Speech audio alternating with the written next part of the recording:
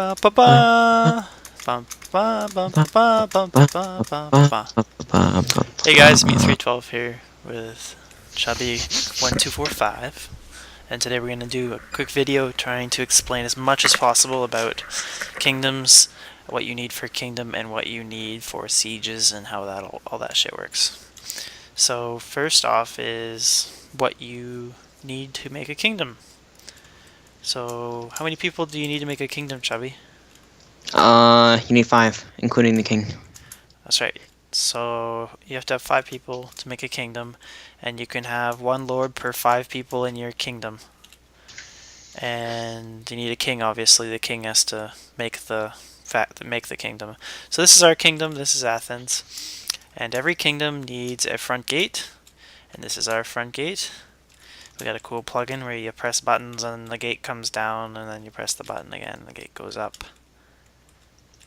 Ta-da! And so every kingdom needs a front gate. What the fuck? Every kingdom needs... Taz is hacking.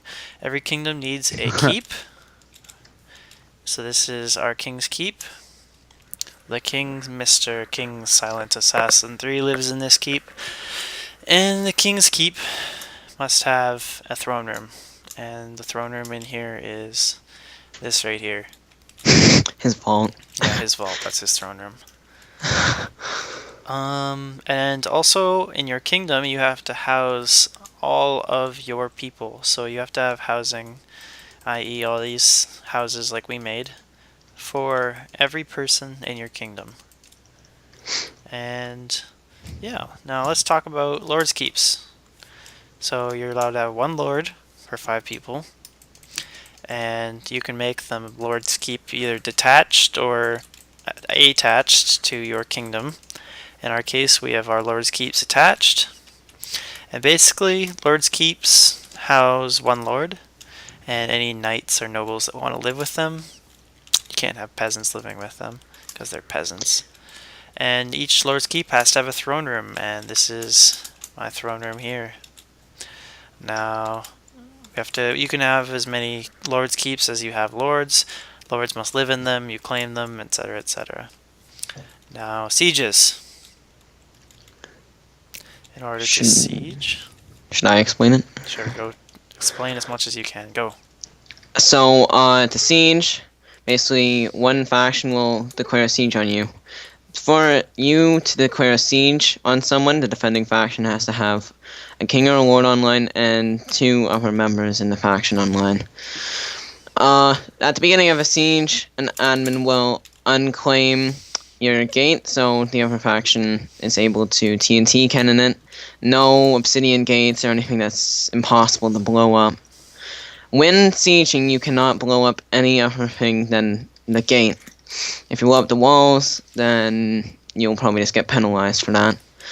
When sieging, you'll have the amount of days. So if you have, say, 23 members or something like that, you'll have 23, or the defending faction has 23 members, you'll have 23 days to siege the faction. Online. Yeah, they have to be, online. How many days do they have to prepare before a siege is declared? 1 Minecraft day. Yeah. So they basically have 15 minutes before a siege will take place. Everyone is notified. You can have allies in sieges, defending or attacking.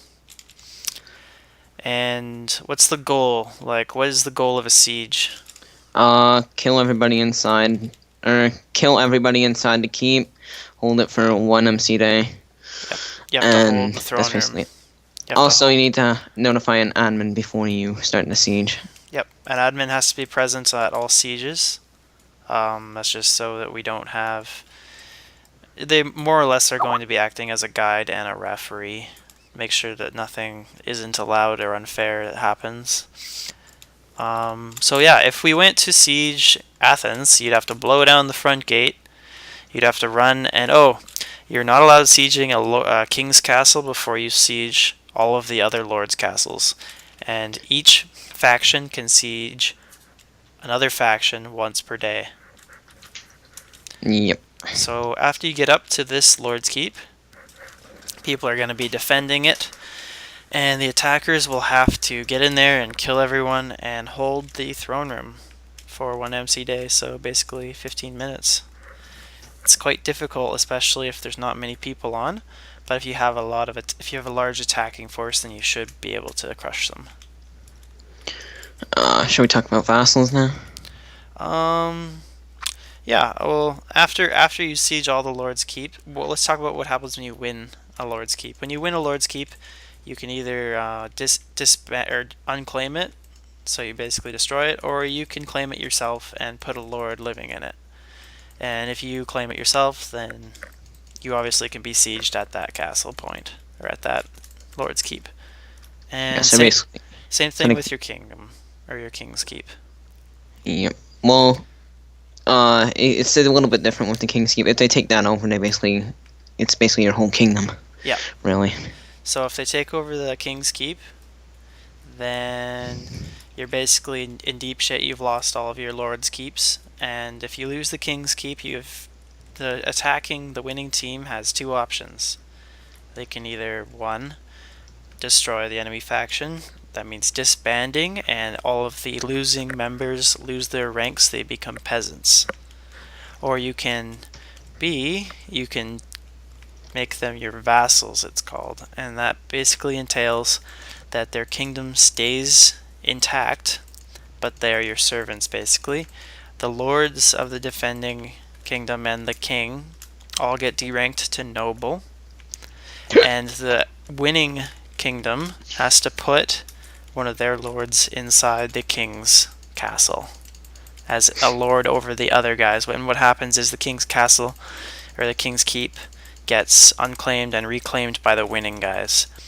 And this is because if at some point, and also if you make them your vassals, you can make them basically help you in battles, defend and attack, as well as they have to pay you whatever you want them to, like, I don't know, 10 diamonds a day or something. And if they don't do as you command, then you can disband them. You know, they'd rather have to pay than disband. Now, let's talk about what happens if you've taken over your vassal kingdom and they want to rebel against you. They want to uprise. What happens then, Chubby? Basically, you would be sieging your own castle, basically. Yep.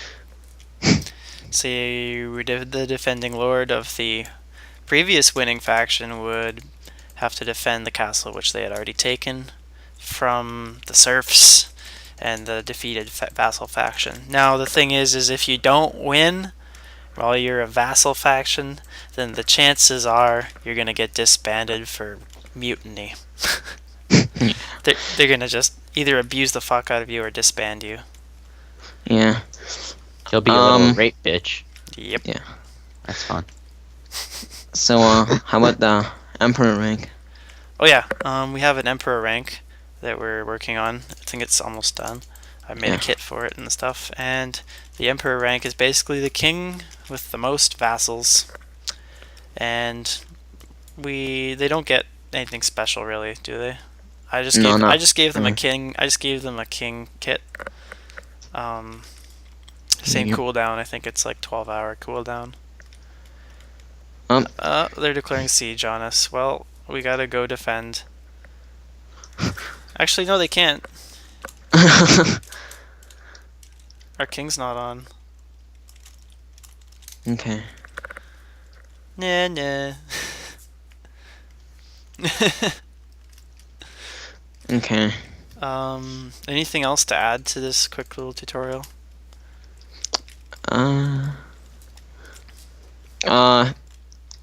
So when you become a kingdom and you're unpeaceful and stuff, I'll basically claim a war zone outside your entrance, a rule board, and a war.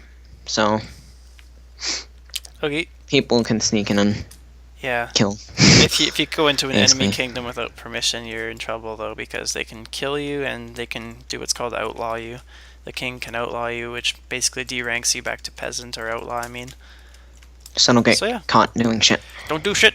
Thanks for watching, guys, and we'll see you later. Bye.